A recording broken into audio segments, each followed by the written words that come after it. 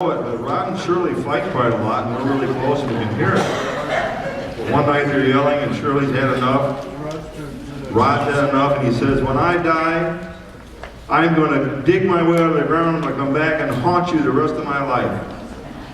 He was so adamant that we all were afraid for her. We asked her, aren't you afraid? She says, no, I'm going to bury him upside down, he'll dig forever, and I know that son of a bitch will never ask directions.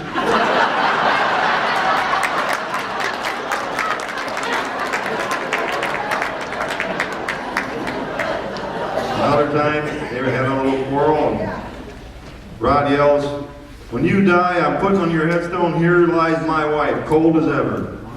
Shirley says, yeah, when you die, I'm putting here lies my husband, stiff at last.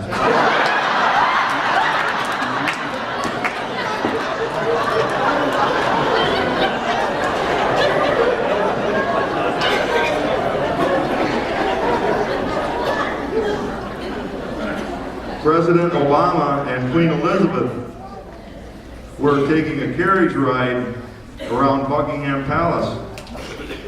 And you all know horses, you know sometimes what happens, and all of a sudden there was a large fart.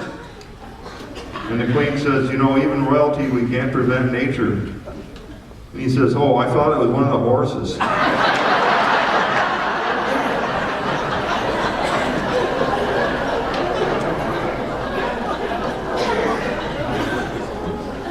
This is a true story about my marriage. Suzette and I have been married like 45 years, longer than 47 maybe. And it's been nice. But when the kids were maybe 5, 6 years old, I took a trip one day for work over to Cleveland, Ohio, which is a 2-3 hour drive with some other guys. And somebody had that bright idea on the way home, we should stop and get a 6-pack, which we did. And I know we're not supposed to drink and drive, but we had the beer coming back. And then we saw, oh, one more 6-pack, and another. By the time we got home, well, this is true also, we were driving on the Ohio Turnpike with the toll booths. And now we'd have way too much beer, and I pulled up to the toll gate, and I looked at the girl and said, we've been drinking the whole way, you want to make something of it? And the guy's eyes got about that big around. I waited about 10 minutes before I told him it was Suzette's sister, Sandy. So I get home and now I've had too much to drink. Enough where I bring all the empty beer cans, set them on the counter, walk to the couch, and basically pass out for the evening. But I don't do this sort of thing. And she is mad. And the next day I'm mad because I hardly ever do anything like this. Almost never. All the guys I work with are going to the bar every night.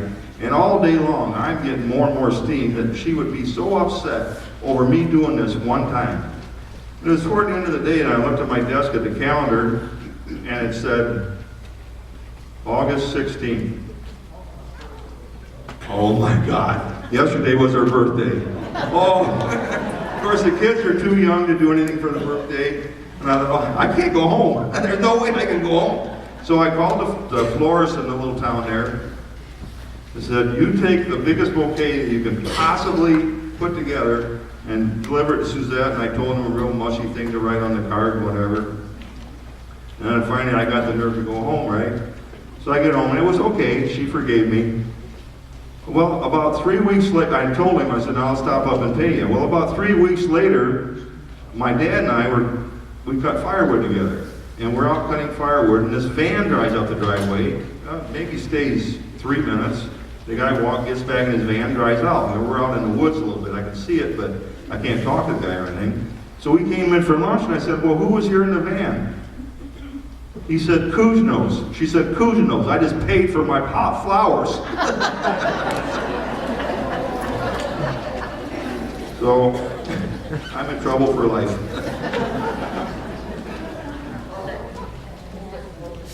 We are... Go ahead. Okay. Hello. Hi. Hello. I forgot to tell you what happened when your memory goes.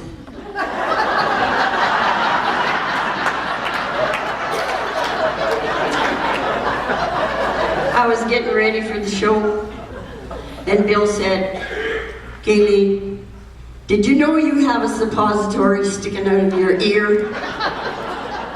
I took it out, looked at it, and it suddenly dawned on me where my hearing aid might be.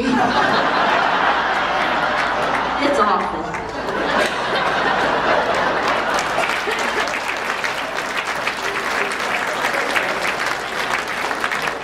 That's okay, Gailey. Our memories are not that good either. And my memory's not that good either. Our next act is the Swedish minstrel, Kent Norby. Kent is going to sing us 3 songs that he wrote himself. And they're not too bad because Sherry co-wrote them with him.